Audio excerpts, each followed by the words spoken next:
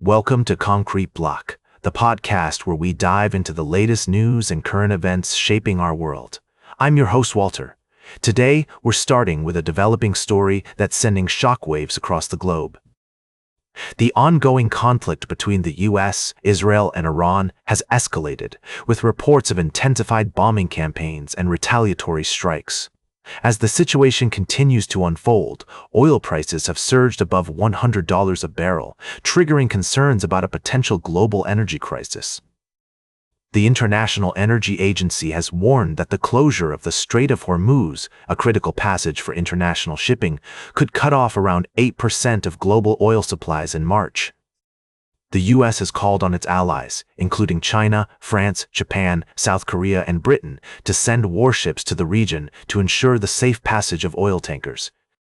However, it remains unclear whether these countries will heed the call, with some expressing caution about getting involved in the conflict. The human cost of the war is also mounting, with reports suggesting that over 2,000 people have been killed, mostly in Iran.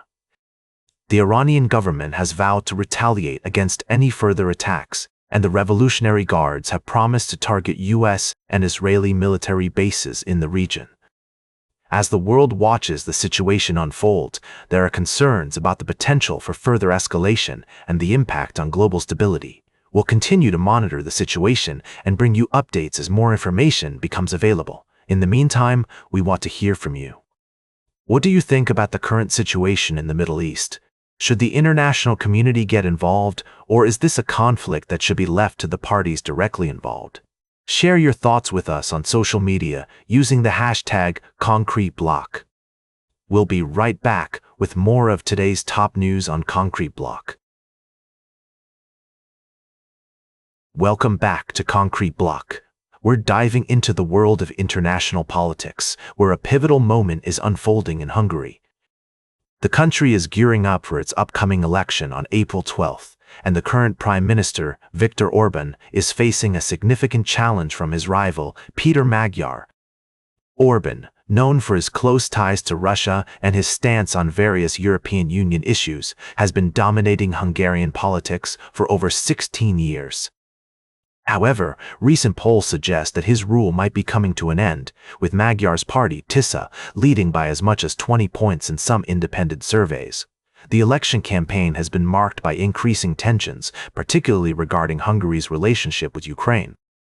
Orban has accused Ukraine of attempting to topple his government by cutting energy supplies, while Ukraine has criticized Orban for blocking aid.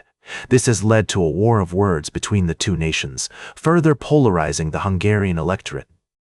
On March 15th, Hungarians celebrated their national holiday, commemorating the 1848 revolution against the Austrian Habsburgs.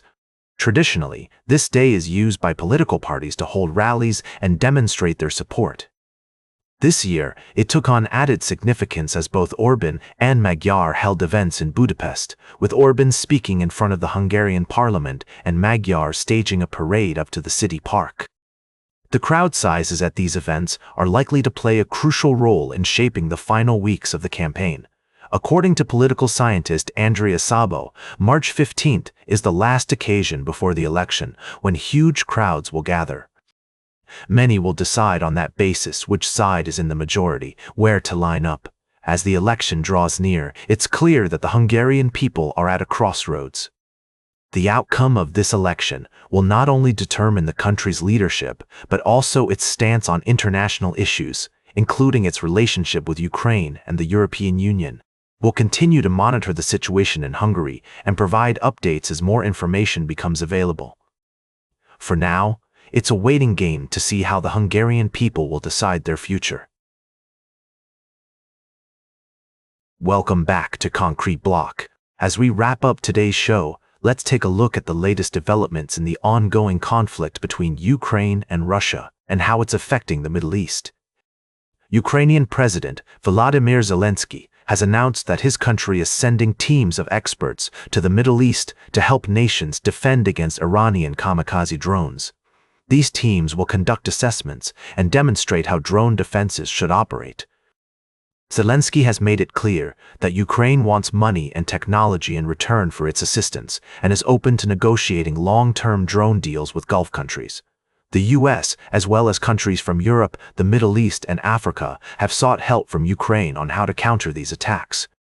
However, it's worth noting that US President Donald Trump has stated that the US does not need Ukraine's help with downing drones. The conflict in the Middle East has also affected peace talks between Moscow, Kyiv, and Washington, which were postponed after US and Israeli airstrikes on Iran triggered a war in the region 2 weeks ago. Zelensky has expressed concerns about the impact of a protracted Middle Eastern conflict on Ukraine's own supplies of air defense missiles. It's a complex and evolving situation, with many different players involved.